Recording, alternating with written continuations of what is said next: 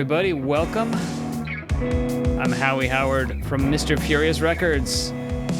This week's musical adventure on Dat Fury Radio, Side 2 of She Will Knock 3 Times Before You Die by Daniel Glascock. We're joined again by Daniel and Sam Piper. What's up, fellas?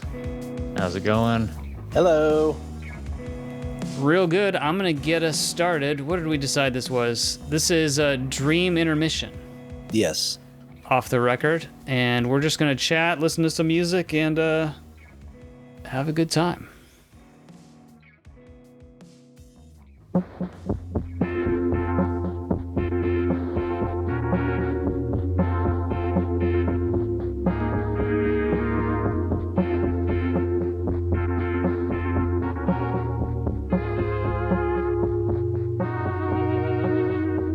Yeah, this track right here is everything's ran through it's an old Univox stage echo. It's like a slapback tape echo on it, and everything's full wet on there. So it's like it gives a very lo-fi, rolled off the top sound, and I thought it was very dreamy sounding. Nice. Yeah, so we're actually hearing the first repeats and the echoes because there's no dry. Yeah. Is that right?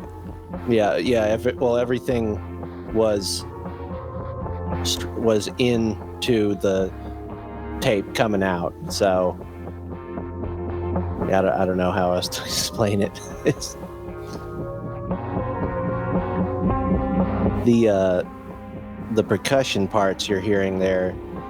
This is the only non-native recording on the album.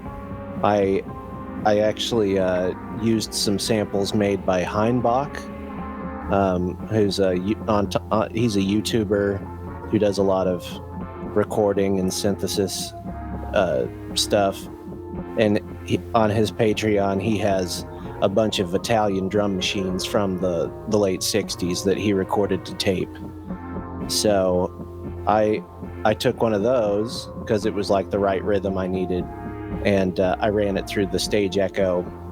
Stage echo, you can pretty much loop about 3 minutes of music based on how the speed of the tape is. So I experimented a lot with taking this already recorded tape loop of a drum machine into the tape and looping that, and then stretching it out and stretching it out and stretching it out. I really like the motif there, you know. You hear it right there at the end, as well as, you know, becoming frayed and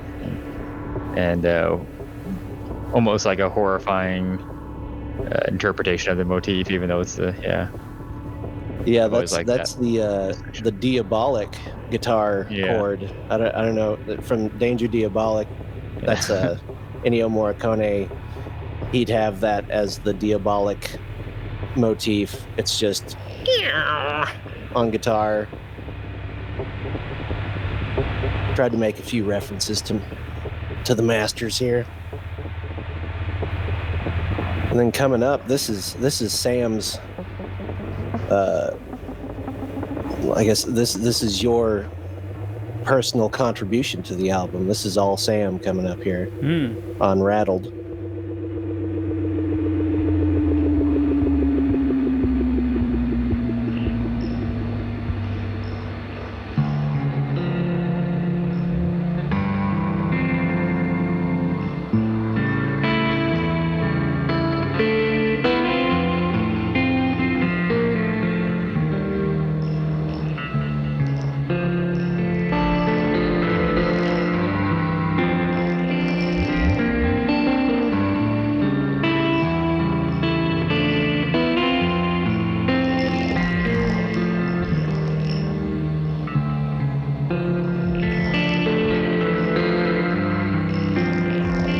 Yeah, incredibly simple, but you were talking about technique, and it's just like, you know, I'm not good at finger picking, so it was just just a battle to like just a battle to not hit the wrong thing, you know.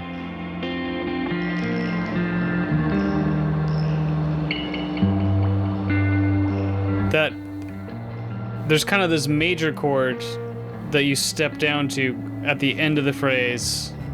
That's really, really nice. It's unexpected, but feels so right.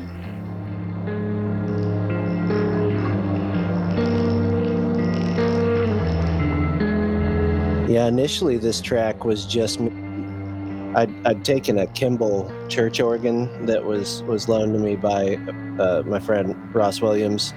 Well, not loaned to me. They needed to get rid of it. But I took the reverb tank out of it and just left it wired in, but it's outside of the chassis of the organ.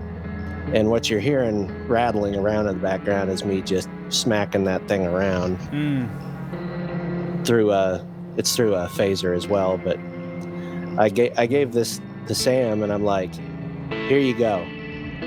Here's about 3 minutes for you to make whatever you want. And he really took and ran with it.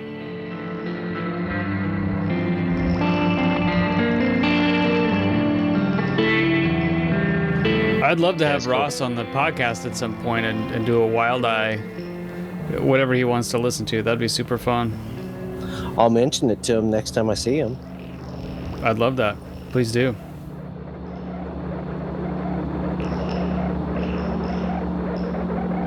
Yeah, that was a. Oh, sorry. I was just gonna say. No, go ahead. That was a fun track to do because it was, for all the other ones, it's like, all right, what am I gonna do? It's like, I listened to this song 100 times, 200 times before, like, I mean, sometimes things come easily or right away, but a lot of times it's just like, you have to. For me, it's just repetition. You know the song until it's in your head. Every part of it's in your head, and then you can write something for it. Yeah, I'm a lot the same as I'm layering things, like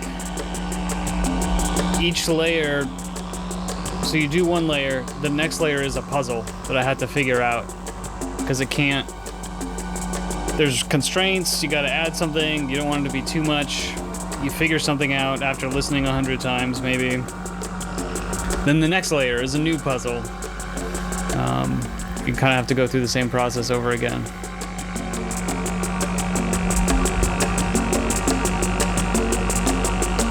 Yeah, easy for me because I just know exactly what I want every time.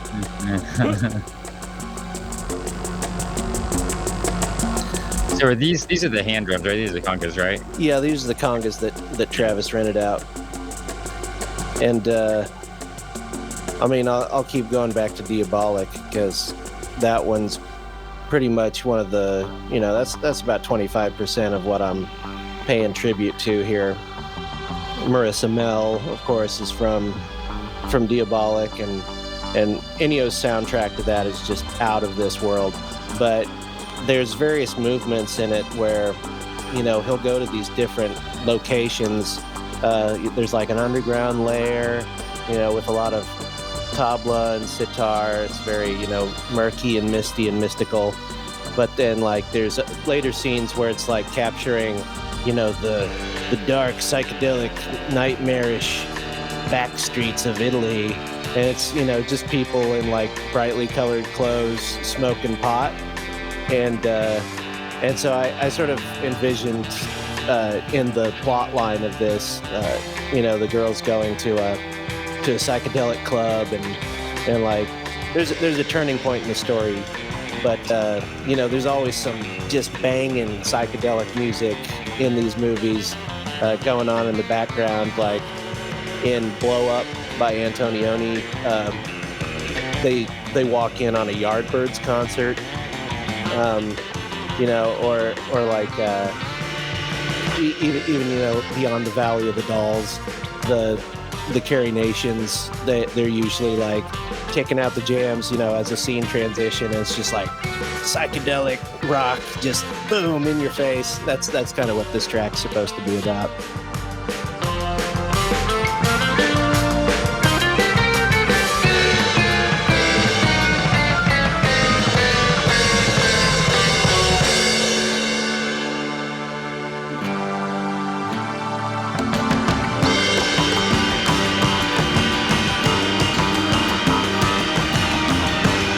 Yeah, this one's incredible. I mean, this is about the fourth catchy section in the song. You know, there's like, for an instrumental, this is a really catchy, hooky record, given that it's an instrumental soundtrack, imaginary soundtrack album. Well, yeah, you want these like melodic ideas and motifs to like really reach out and grab you whenever it's a movie, because you got to say so much more without lyrics, and like the instruments got to like have their own vibe and their own atmosphere to them, because like it's a didactic way, like that. This getting back to how Ennio helped change film music. You know, prior to the 60s or so, film music was just like, might as well just put some classical crap over here, you know, and generally it would fit the mood, which is fine. But Ennio took a very holistic approach to the way that you're supposed to perceive how sound can take you by the hand and give you all these different associations, even if they aren't one-to-one realistic associations. You know, like now the mouth harp and it is like it's the sound of a Western to you. You know, the stabby sounds, like, that was kind of like predated with Hitchcock and Psycho and stuff, but like the way that horror and murder sound design they evolved out of the classical paradigm, but they didn't really take flight until like people were just like messing around with, you know, pipes and pieces of metal and stuff to just like keep people unsettled. And it's the psychology of the sound design that I think entered into the process whenever Ennio helped the scene evolve. So would this be some of the earliest uses of, like, is it called diegetic music, where like the characters are hearing the music, it's part of the scene that the characters are experiencing?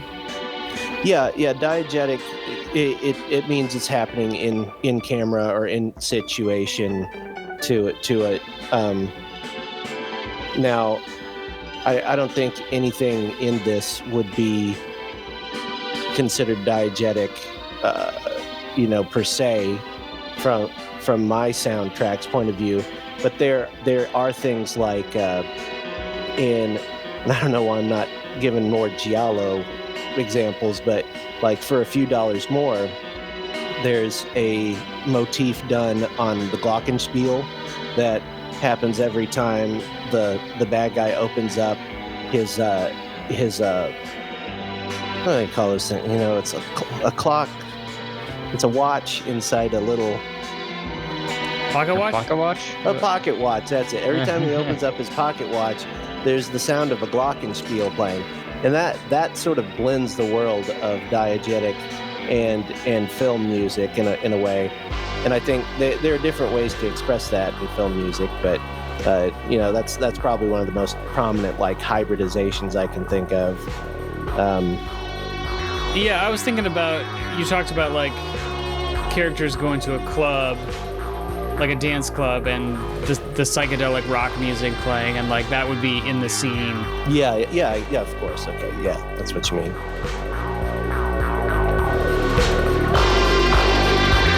Yeah, this whole second suite is kind of like intended in the storyline as sort of a confusing hallucinogenic trip that the girls go on, and it's sort of a turning point in their relationship,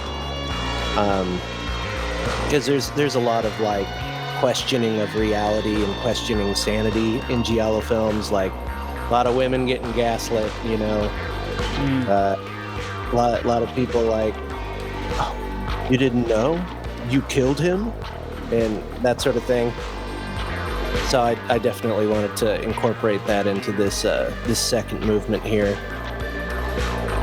I was questioning reality, trying to get the EQ on this bass sound to match the rest of the record, because this is like such a different bass sound than anything else. Oh, the synth bass on here? Yeah, the synth bass. Yeah, I slammed it pretty hard on this one. I'm sorry about that. No, I think it turned out well. It took a little extra TLC. Well, imagine how they felt way back in the day with these synthesizers.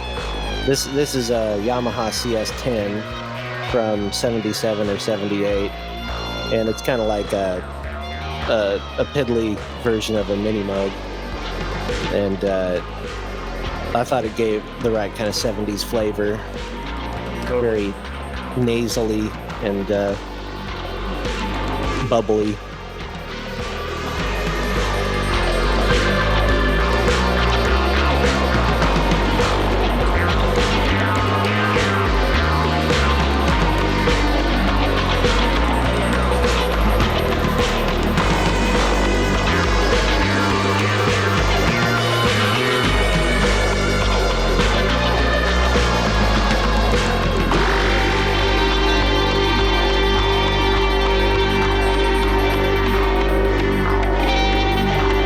I love that guitar tone you have. Yeah, for that ending there. Really cool. That's the Fuzzmatic Purpolator with the inbuilt fuzz.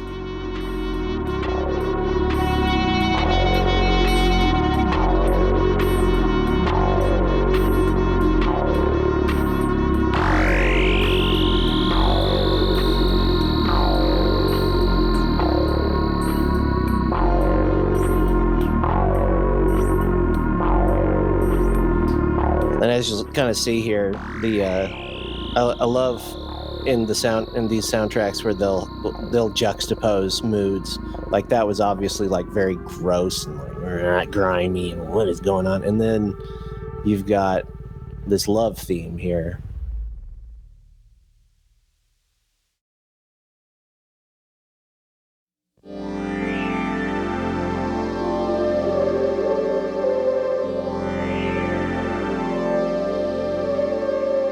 Which admittedly has quite a bit of Vangelis influence on it.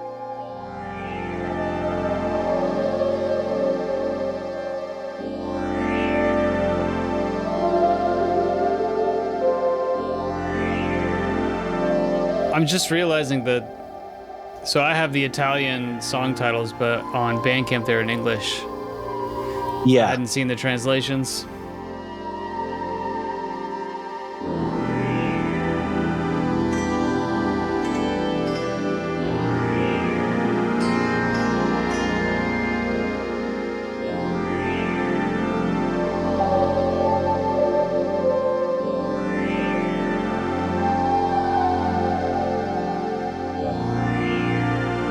I think of any of the tracks on this whole project, this is probably the one I'm most proud of.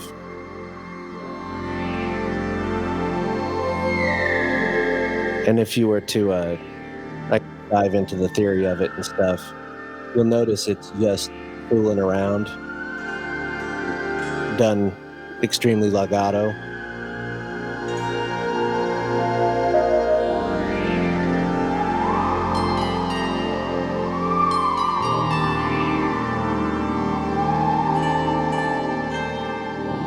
Yeah, it's very beautiful and very cinematic and a little weird in a great way.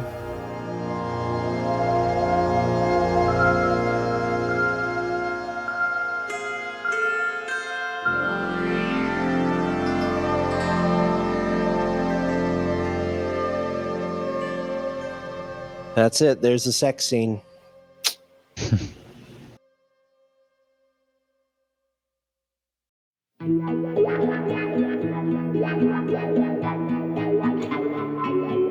So, Howie, you explained it to me in one of our conversations, but do you want to elaborate on the mastering process on this? Sure. Thank you for asking.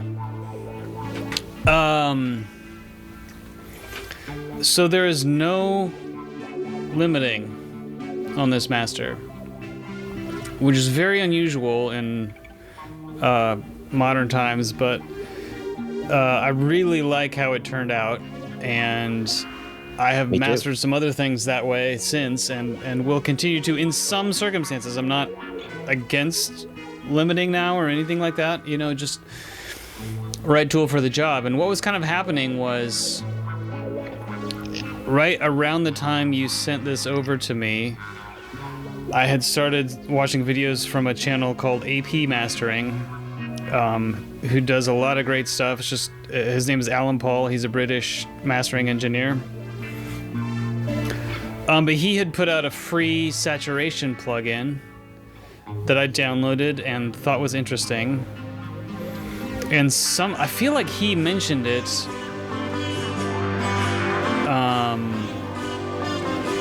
Maybe I encountered it somewhere else. But anyway, I got enamored of this mathematical function called the Tanch function, T-A-N-H. Which I believe he talked about it, maybe in a different video, but it's not part of his saturation plugin. But what's cool about the Tanch function is that it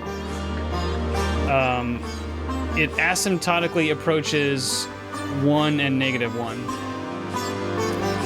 which is kind of amazing in a digital audio environment where 1 is digital clipping and 0 is silence, and all the interesting stuff happens in between. So, in other words, if you run a digital audio signal through a Tanch function, it cannot clip. It can only saturate.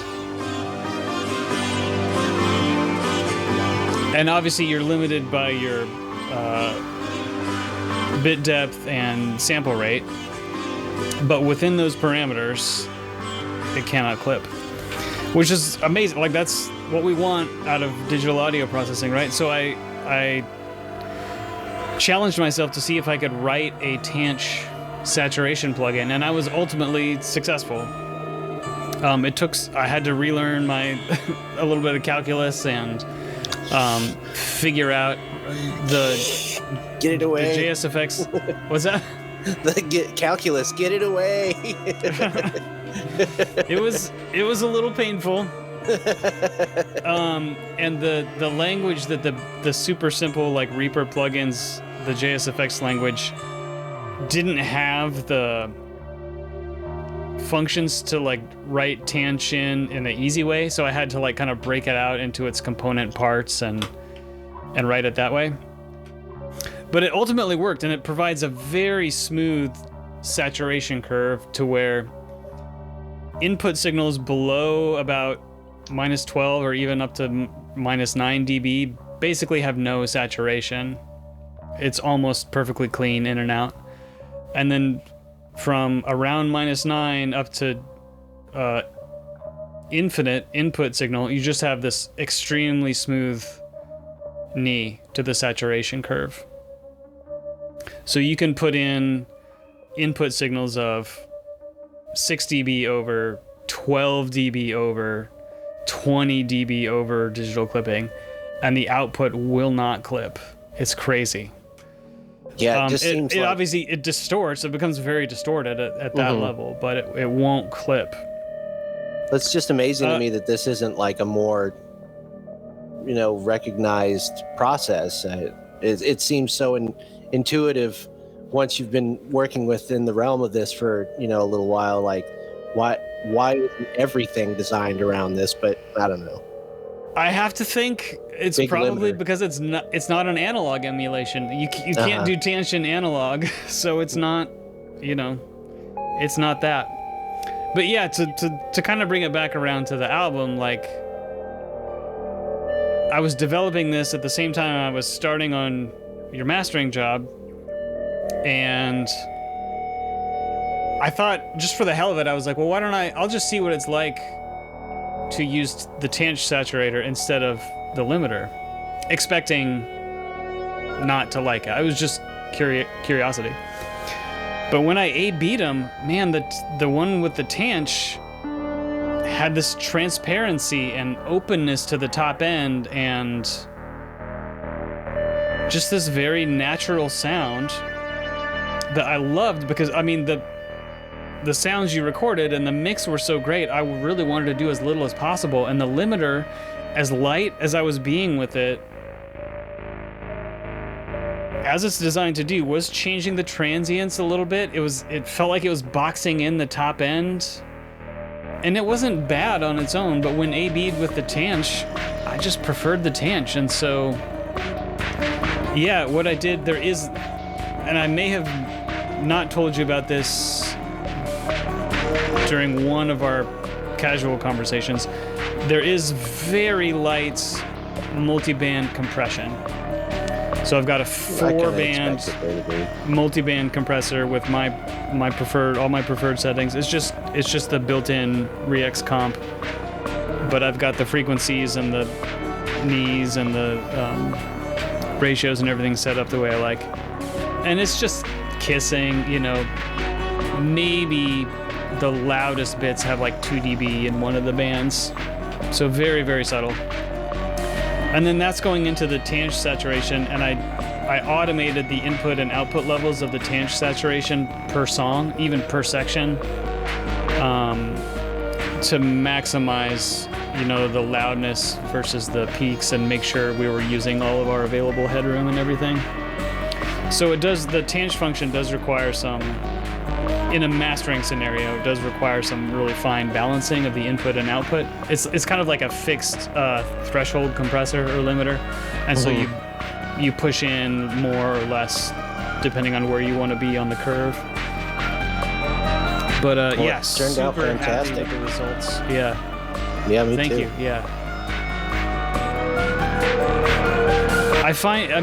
It's working well for stuff that just comes in sounding amazing like this does, and I just want to do the absolute minimum to it. Or for like my more experimental synth stuff where limiting just gets like, it doesn't have drone weird synth stuff doesn't have transients the way that you're trying to control with a limiter. So the Tanch works good for that. Yeah, stuff where you don't want to like add another layer of sound design on top of what was already fundamental to it. Right, and other stuff, rock and roll stuff, I prefer the limiter still, because I want to add some sustain maybe, and change the transient relationship a little bit. So the limiter still sounds better, and for some types of music. But I'm glad to have both tools in my toolkit now. Yeah, it's nice to have it in the back pocket. Well, speaking of, thank you for the compliments on the mix. This is pretty much the first time I used the Lawrence Public Library extensively for mixing. I took their SOUND+VISION studio for a couple sessions to really fine-tune the mix, and man, that room, it gave me all of the things I needed to hear, because there's only so much you can do in an environment like I currently have, and their room is so pristinely tuned. I couldn't have gotten, 3/4 the way to the kind of mixes with this as I did using them. So I'm really, really grateful to the Lawrence Public Library for having that resource on hand. You were in the big control room? Mm-hmm. Nice. Yeah, they got some nice big Yamaha HS monitors, and no, they're PreSonus. They're the bigger PreSonus ones, but they sound great, and everybody left me alone, and it was relatively painless. Kind of sweaty, yeah, but mostly painless. Yeah. So Lawrence, Kansas area listeners, if you don't know, the library has multiple studio rooms, a video shooting room, I think 2 audio kind of editing or podcast type of rooms, and then the big, main room with a studio and a separate nice big control room that you can check out for free with your Lawrence Public Library card. Huge shout out to the library. There's the modular synth, huge 5U modular synth from Free State is stationed in the big control room that you can play. So amazing resource available here. Yeah, so this track here, The Chase, this is kind of the big finale, and it's got everybody on it. Sam's up there doing the boop, boop, boop, boop, and then Travis, of course, is slamming those cymbals for us. This one really took shape in the edit because I just had the guys play over. I had a drum machine that gradually sped up, and then I just kept doing this riff over it, and then we would, cut elements away, do different configurations of instrumentation throughout the song, and it really developed beautifully, I think.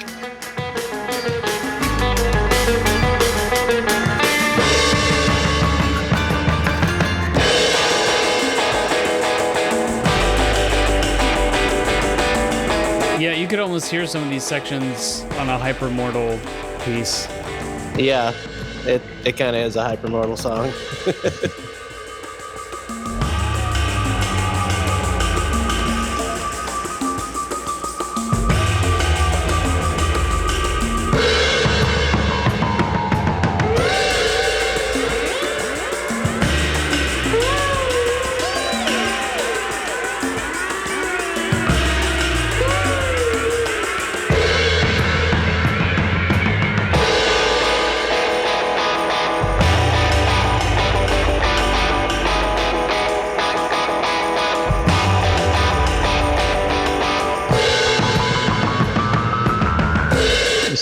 It's such a chaotic song, but it doesn't sound too busy, I don't think, the way it came together, but it did. Listening to the ending when I was trying to come up with, trying to figure out what to do at the end, did give me anxiety. It was like just the faster and faster and faster, and then listening to that over and over again for 2 hours at a time, I was like, had to that's step away. Kind of psychological torture. Yeah.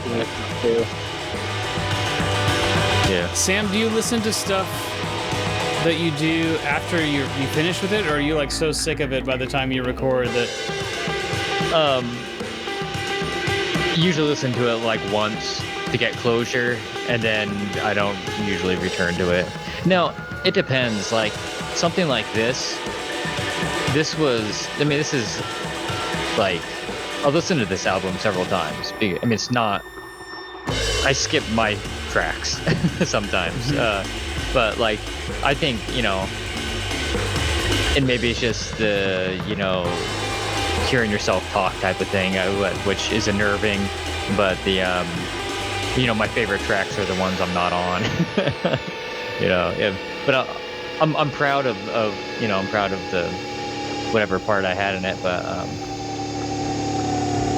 but it depends what the project is. If it's this is obviously Daniel's project, so something like this I'll definitely go back and listen to over and over. Hypermortal albums, ooh, so, that's you listen to it when it's done and be like, hell yeah, you'll have a listening party, you have a few beers to get through it, and then maybe come back to it years down the line and see what you think, see if you have any perspective gained. But how about it's you? It's super personal, and different people feel different ways about it. I don't know. I love the smell of my own farts personally. That's why I make this music, for better or worse. My favorite records that I've done, they're not always the last thing I did, and they're the earlier stuff I get more embarrassed about, but there's always a track or two in each thing that I've done where I'm like, yeah, I did it right. And I love revisiting that because it's for me personally, it's like a snapshot of the time when I made it, and I can remember all the thoughts that I thought back then and the ways that I felt emotionally and psychologically about the world or relationships or the people around me, and and the music I was listening to at the time, and I don't know, it gives me less anxiety in the future having that as a foundation, and that's probably why I'm, one of the biggest. I feel compelled to make music on a regular basis, because I want to feel, a sense of accomplishment with, all these notes that I'm throwing away in the air. There's a concrete evidence of something that came before. I think that's amazing and great and good if you can get there. I'm kind of in the middle where I'll listen to my synth stuff and the night mode stuff relatively often. I mean, there's a lot of it, so I don't get through all of it frequently, but like I'm always pretty happy to listen to that stuff because it is designed to be pretty functional and pretty, like, even the noisy stuff is, to me, like, quite centering and like exactly what I like out of that style of music. The stuff with vocals, I'll hit maybe once a year or so, especially the more recent stuff. The farther back you go, the less I listen, unless I have like a reason to. Someone mentions something or has a question about something, or once in a while I just kind of like Sam, go back and see what was going on, and how I feel about it now. But it is a much more intense experience to listen to stuff that has lyrics and vocals on it. Oh yeah. It's not casual. The nice thing too, though, with lyrical stuff, is your voice, like anything else, is an instrument, and it's nice to see how that develops over time. Like, I sometimes have rose-tinted glasses about what my singing voice was when I was younger, but my technique was bad at points, and even if the songwriting was there, so it's kind of like what's the word? Self-affirming to be like, okay, I am progressing in one way or another. I am progressing, and it ain't always as good as it used to be.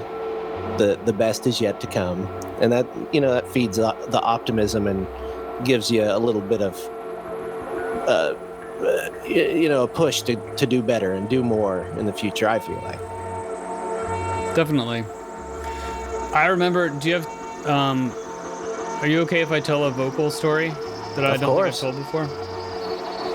So I remember, like, there was a moment that, like, I became much happier with my voice and actually, like, flipped my singing voice.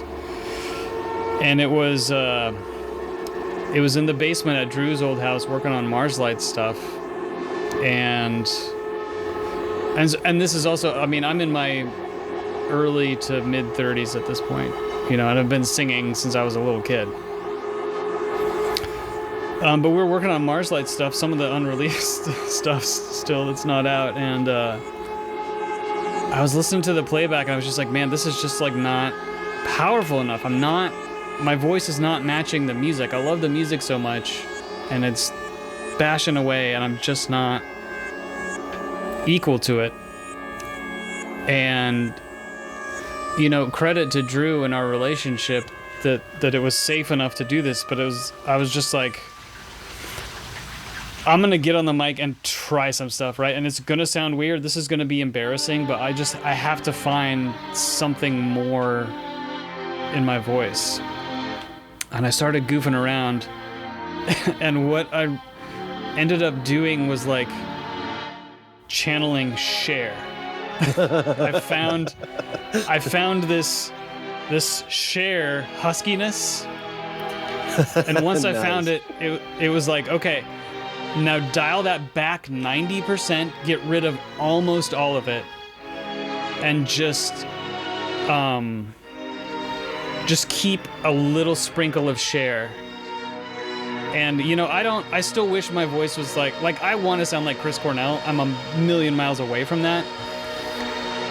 But that 5% of Cher was just enough to like make the song work. And since then, like that's kind of what I channel. And I don't have to think about share anymore, but I found that resonance a little bit further down in my chest, and I can access it now. But it came from doing some really embarrassing sounds and oh yeah, playing around with my voice until I found it. You gotta swallow the pride to project. It feels like, Yep. Whenever I'm trying to, like, when I get down in my voice or whatever, I guess this isn't really relevant to the album or anything, but in other projects, like, I always sing along to my favorite tunes anyways, and it, like, if I can do the most cartoonish version of, like, Billy Gibbons or something, like, somehow if I can blend that into my own my voice, like, it becomes infinitely better, like just finding characters to consume and emulate in yourself. That's at the core of, like, a lot of my favorite vocalists, like Tom Waits, PJ Harvey. These people are able to, like, become chimeras of a different person and then emulate that person and create something emergent from it. And in learning, I think it is really helpful. Like, we have to go too far, right? And then dial it back.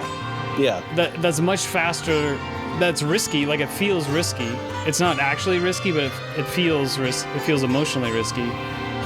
But it's so much faster than trying to be cool the whole way and, like, inching your way into something else. It's much faster and more productive to just go too far, find it, and then rein it back in. Yep.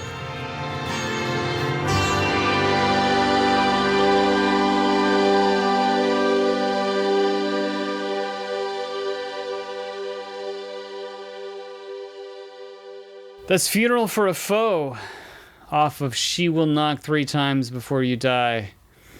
Album out now by Daniel Glascock and Sam Piper playing on many, many of the tracks. Guys, this has been a great conversation. I've enjoyed our listen to the record.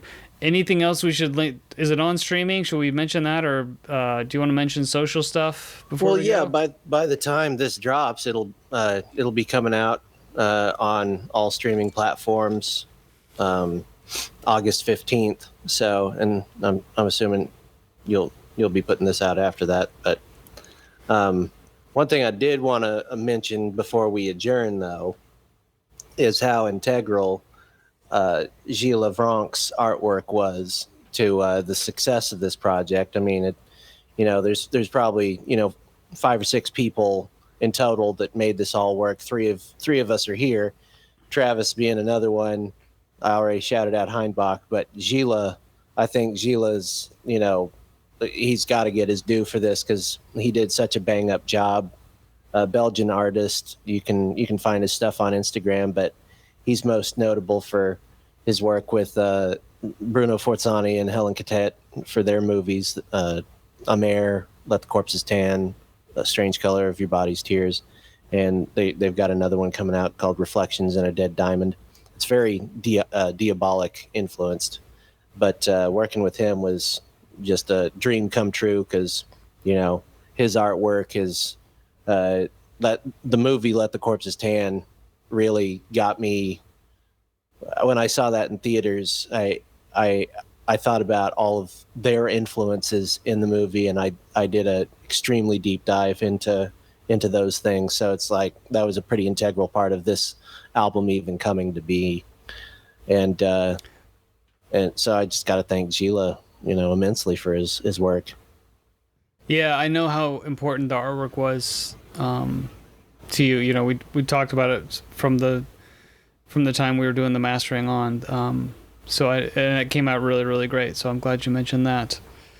Sam, anything you want to plug before we go? I was actually gonna say, oh, Daniel, don't forget to mention the artwork because it was so awesome. And we went to go pick up the poster the other day, and it's incredible print. And the CDs for sure also have, it's such an awesome. A lot of stuff we release lately, or Daniel, it's a lot of it's digital, but there's actually a really awesome physical copy. Yeah, I kind of wish that we could do a record of it, but it'd be a double LP and cost $2,000, and I'd sell 15, 20 copies of it. Right, wait 6 months for it at least, probably. Yeah, at least. So that's just the, what are you gonna do? But I can print up a poster if y'all want it. There you go. Contact Daniel for a poster. You can get a CD on Bandcamp, or of course, digital. Pay what you want, or stream for free. Bandcamp streams free. So if you're not used to Bandcamp as a platform, head on over, check it out. Link in the description. Thanks for listening. We appreciate everybody. We appreciate the new listeners that are coming in every week. Do the liking and the subscribing and all the good stuff. And Daniel, Sam, don't go anywhere, but we will let the listeners go. Listeners, I don't know what I will have for you next week, but it will be another musical adventure on Dat Fury Radio.